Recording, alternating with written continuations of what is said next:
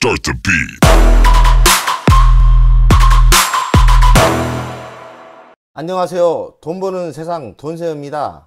대한민국 주식시장이 지금은 하락장이라도 할 수 있고 큰 폭의 조정이 있었고요. 반등이냐 횡보로 가냐 이런 시대인 것 같습니다. 그렇다고 이렇게 주식시장이 그렇게 화일장이 아닐 때 주식 투자를 떠나면 안 됩니다. 왜냐하면 긍정적으로 시각으로 보면 대한민국 주식시장은 우상향으로 갈 거고, 지금 모든 대외적인 악재가 소멸이 되면 외국인이 2, 3년간 지속적으로 팔았던 게 수급이 달러가 원화가 가치가 강화되면서 1,300원에서 1,100원대 내려온다면 우리가 몰랐던, 우리가 깜짝 놀랄 또 외국인 매수세가 들어올 수 있는 겁니다. 그렇기 때문에 사실 주식시장이 언제 바닥을 찍고 언제 상승할지 모르기 때문에 항상 좋은 주식은 보유하고 가는 전략이 부자의 지름길입니다. 물론 이렇게 횡보장일 땐 매우 힘들지만 우리에게는 성장 배당주란 배당주에 투자를 하면 버틸 수 있습니다. 하지만 이런 장기적인 레이스도 중요하지만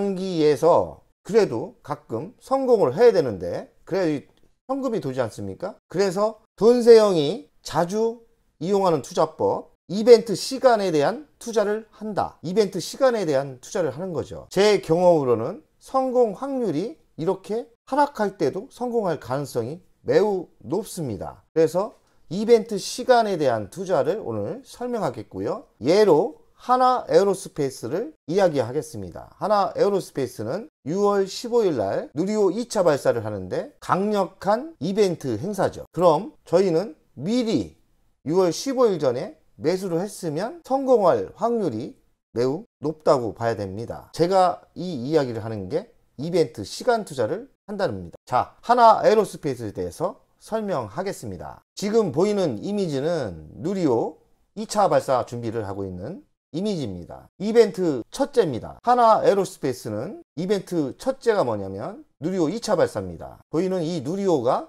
6월 15일 날 발사를 하죠. 발사 확률, 성공률은 제가 보기에는 98% 이상 성공 확률이 있어요. 성공을 한다면 또 더 2차 상승이 있을 수도 있죠. 그래서 이 이벤트 투자, 시간 투자를 한다는 거는 미리 사서 6월 15일 전에 매도를 하든지 아니면 성공하고 나서의 또 2차 상승을 노린다. 시간 투자인 거죠. 돈세형은 2, 3개월 전부터 하나 에어로스페이스를 집중적으로 투자를 했고요. 시간이 갇혀올수록 또 더 투자를 했어요. 최종적으로 5억까지 투자했다가 좀 수익이 10% 이상 나길래 1차 부대는 철수를 하고 그 돈으로 섹트가이로 넘어갔습니다. 어쨌든 누리호 2차 발사에 대한 시간 이벤트 투자는 큰 수익은 아니지만 성공을 한 거죠. 이 하락장이 어딥니까? 만족합니다. 이벤트 두 번째, K장갑차 레드백 호주 수주가 하반기 2022년 하반기에 우선 협상 대상이 선정이 됩니다. 제가 보는 뉴스 검색을 해보니까 22년 한 10월 정도에는 결정이 날 것 같은데요. 지금 확률이 중요합니다. 통계학 확률, 주식 투자는 확률은 50%입니다. 왜 50%냐? 경쟁사가 독일하고 한국밖에 없어요. 근데 독일이 좀 밀리는 것도 같고 좀 뚜껑을 열어봐야 알겠지만 가능성은 하여간 50%입니다. 22년 10월 수주 금액은 5조이기 때문에 강력한 이벤트가 될 수 있는 거죠. 결정 나기 전까지도 이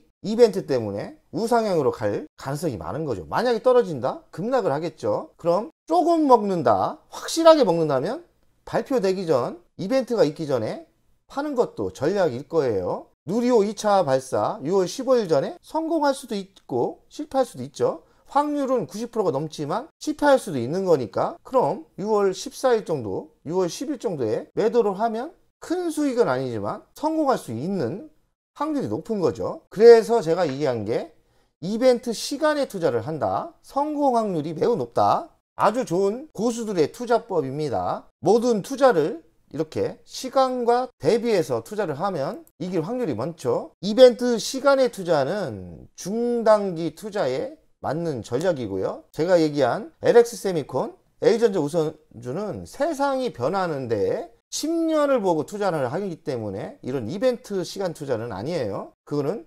세상에 변하는데 미래에 투자를 하기 때문에 저는 템버그를 노리는 거고, 하나 에어로스페이스는 시간의 투자, 그렇기 때문에 중단기로 하고요. 수익률은 최고치는 100%, 그리고 좀 짧게 보면 30%, 뭐 하여간 먹는 거를 자기 기준에 맞추면 됩니다. 이벤트 3 KF21 보라매죠. 차세대 전투기인데 순수한 대한민국 기술로 이 차세대 전투기를 만드는 거예요. 하나 기술력이 엔진 2개에 접목되어 있습니다. 물론 한국우주항공이 제일 강력한 호재가 되겠지만, 엔진을 만들고 있는 하나 에어로스페이스도 호재일 가능성이 매우 높죠. 최근에 한국우주항공이 매우 많이 올랐어요. 저는 바닥에 샀는데 한 50% 먹고, 이 하락장에 50% 먹고 팔고 또 그 돈으로 섹트라가이에 들어갔습니다. 물론 제가 하나 에어로스페이스보다는 한국우주항공에 산 게 더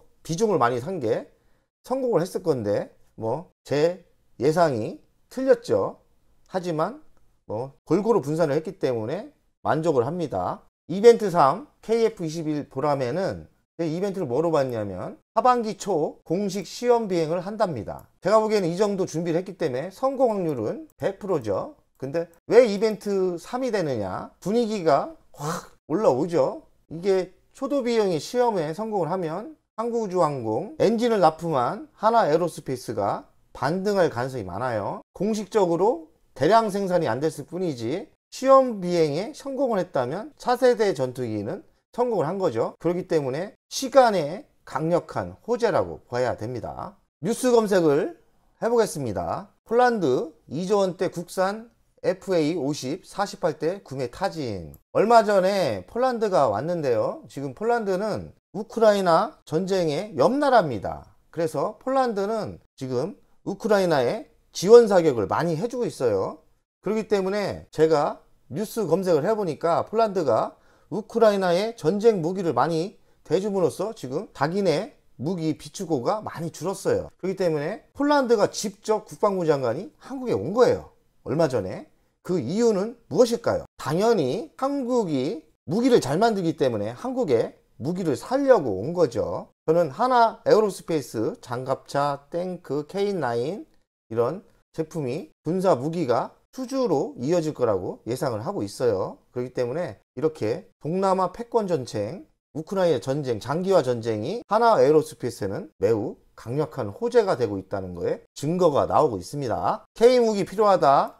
폴란드 국방부 장관 한국 방산업체 찾은 이유는 그냥 놀러 왔겠습니까? 이 분위기 살벌한데. 당연히 지금 폴란드에 무기가 비었기 때문에 이렇게 온 거죠. 폴란드 장군이 호주에 지금 이 장갑차를 보려 온 거죠. 이 장갑차가 지상전에서는 매우 지금 차세대 무기로서는 좋다고 하네요. 제가 동영상을 보니까 날아다닙니다. 장갑차가 속도도 빠르고 점프도 하고, 그리고 차 내에서 모든 사격을 다 할 수 있어요. 그리고 만약에 미사일 공격이 오면 방어 시스템도 돼 있습니다. 매우 차세대 장갑차 중에서는 최상의 무기인 것 같아요. 하나 디펜스의 보병 전투자입니다. 이런 전투자가 아무래도 많이 필요하겠죠. 우크라이나에 무기 보낸 폴란드 재고 급감, 이런 사례가 지금 발생하고 있어요. 우리가 직접 주기에는, 우크라이나에 직접 주기에는 좀 눈치가 보이죠. 우리는 북한도 옆에 있고 중국도 옆에 있고 러시아도 뭐라 할 수 있고,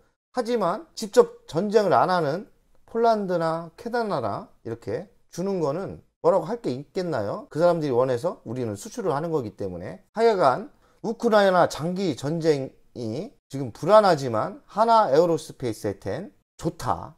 이 장기화 전쟁이 득되는 사업도 있다. 그게 방산주고요. 방산주 중에 하나 에어로스페이스가 매우 좋은 성과가 나올 것 같아요. 폴란드는 K9 자주포 차체에 자국산 150mm 곡사포 포탑을 얹은 크레인 자주포를 2014년부터 배치해왔다. 최근에는 이 장비를 우크라이나의 일부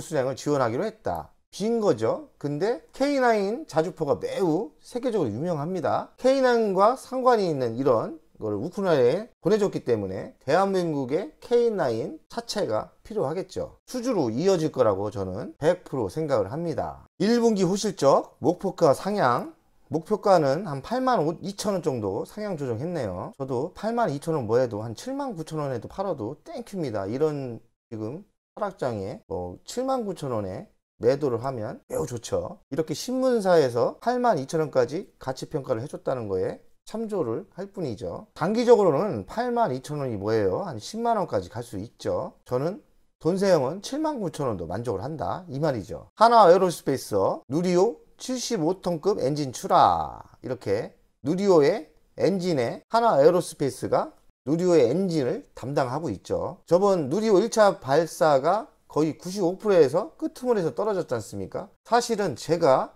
공부를 해보니 하나 에어로스페이스의 엔진은 100% 성공을 한 거예요. 하나 에어로스페이스가 담당하는 엔진이 어느 정도 상권에 고도에 올리는 게 엔진인데, 하나 에어로스페이스 엔진은 목표한 100%를 달성을 했던 거죠. 그러니까 하나 에어로스페이스 엔진은 저번 1차에서도 성공을 한 겁니다. 다만 끝마무리에서 다른 오작동으로 끝마무리 못한 거지, 하나 에어로스페이스 엔진은 저번 1차 때에도 100% 성공을 한 거죠. 이젠 결말만 지면 될 것 같아요. 하나 에어로스페이스 차세대 전투기 엔진 우리 손으로 기술 독립. 지금 보이는 이미지가 차세대 전투기인데 보라매죠.